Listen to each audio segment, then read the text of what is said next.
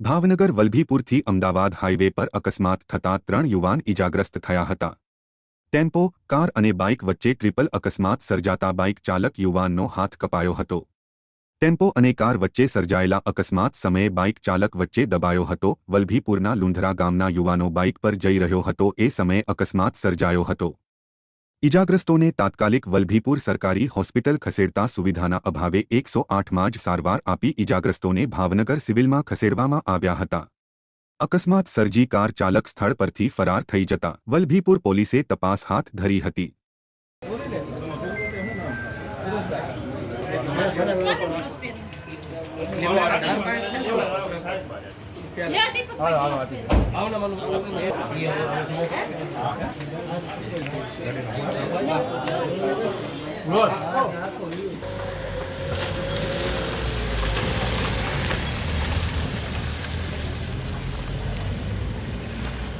doctor સાહેબ આવે ને એટલે આપણે હો ઘરે કોઈ રે